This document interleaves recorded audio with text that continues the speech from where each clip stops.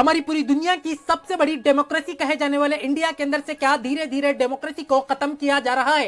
क्या इंडिया धीरे धीरे डिक्टेटरशिप की तरफ बढ़ रहा है? क्या इंडिया इलेक्ट्रल और ऑटोक्रेसी बन चुका है? आइए जानते हैं सच स्टडी के एक और एपिसोड में। वीडम यानी वैरायटी ऑफ डेमोक्रेसी की एक रिपोर्ट के हिसाब से अभी इंडिया एक फुल्ली डेमोक्रेसी कंट्री की कैटेगरी से निकलकर इलेक्ट्रल और ऑटोक्रेसी बन चुका है।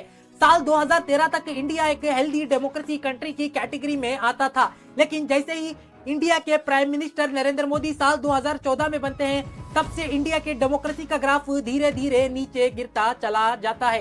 इलेक्ट्रल ऑटोक्रेसी उस कंट्री को कहा जाता है जहां पर इलेक्शन तो होते हैं, लेकिन पार्लियामेंट के अंदर रूलिंग पार्टी अपनी ही मन मर्जी के कानूनों को पास करवाती है। इस रिपोर्ट के हिसाब से इंडिया सिर्फ 2 ही कदम की दूरी पर खड़ा हुआ है डिक्टेटरशिप से।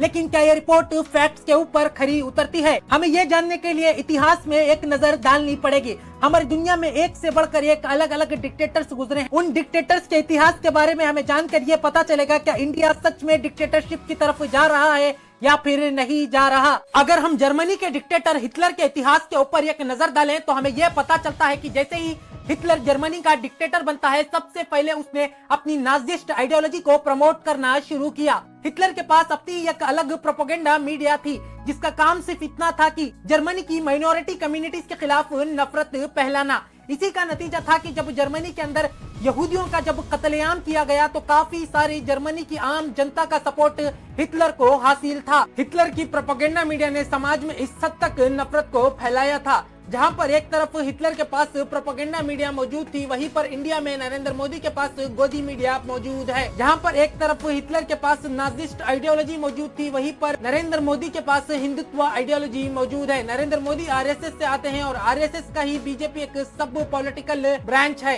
वर्ल्ड प्रेस फ्रीडम इंडेक्स की एक रिपोर्ट के हिसाब से 180 देशों में इंडिया की रैंकिंग 161वें नंबर पर आती है। इस हद तक इंडिया के अंदर मीडिया की आवाज को दबाया जा रहा है। जैसे ही एक डिक्टेटर पावर में आता है, सबसे पहले वो देश के मीडिया पर अपना कब्जा जमाता है ताकि वो अपनी आइडियोलॉजी को प्रमोट कर सके और अपने प्रोपेगेंडा को फैला सके। उसका अगला कदम होता है देश के इंस्टीट्यूशन पर कब्जा करना। आज इंडिया के अंदर ईडी, सीबीआई, एएसआई जितने भी इंस्टीट्यूशन हैं, ये बीजेपी पार्टी की एक कठपुतली बन चुके हैं। इसी का नतीजा है कि आज जितने भी अपोजिशन पॉलिटिकल पार्टीज के लीडर्स हैं, उन तमाम के ऊपर ईडी की कार्रवाई की जा रही है। अगर कोई नेता अपोजिशन पॉलिटिकल पार्टीज से निकलकर बीजेपी में आकर शामिल होता है तो उन तमाम के ऊपर ईडी की कार्रवाई या तो रोक दी जाती है या फिर खत्म की जाती है। जब किसी भी देश के अंदर ऐसे हालात होते हैं तो जनता की आखिरी उम्मीद जुडिशरी यानी न्यायपालिका के ऊपर जाकर टिकती है। लेकिन एक डिक्टेटर का अगला कदम होता है न्यायपालिका को अपने कब्जे में करना। साल 2019 में जस्टिस रंजन गोगोई ने बाबरी मस्जिद और राम मंदिर कंट्रोवर्सी के ऊपर राम मंदिर के फेवर में जजमेंट दिया, लेकिन बीजेपी के नेताओं को पहले से ही मालूम था।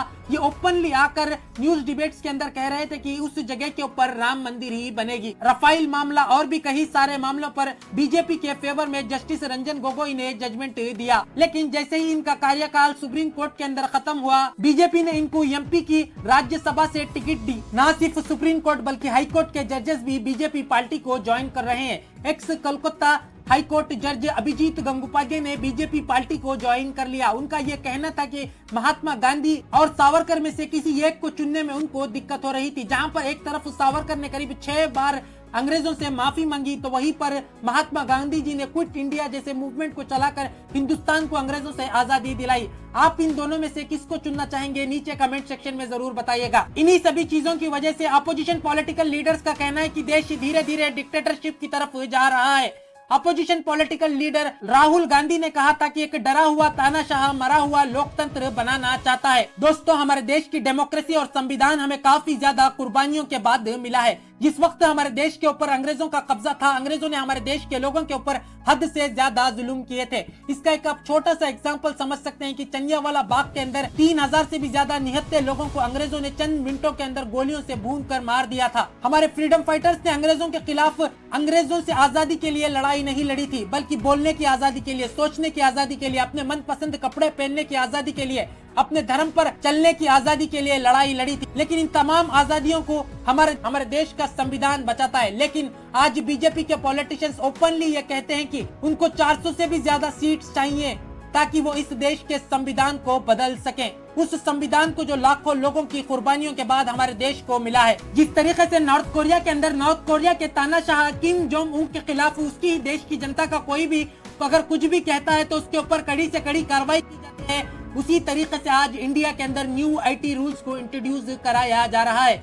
इन कानूनों के तहत यूट्यूब और फेसबुक पर जो वीडियोस अपलोड होती हैं उनको भी ब्रॉडकास्टर की कैटेगरी में माना जाएगा। अगर सरकार को आपकी वीडियोस में कुछ भी एंटी नेशनल लगता है तो वो सीधे के सीधे पूरे के पूरे वीडियो को डिलीट करवा सकती है। यहाँ तक कि अगर सरकार चाहे तो आपके स्टूडियो में जाकर आपके इक्विपमेंट को तक जब्त कर सकती है। इन सभी चीजों पर आपकी क्या राय है नीचे कमेंट सेक्शन पर जरूर बताएगा। अगर आपको हमारा वीडियो पसंद आया है तो आप हमारे चैनल सच स्टडी को सब्सक्राइब करें, वीडियो को लाइक करें, कमेंट करें और ज्यादा से ज्यादा लोगों तक शेयर करें।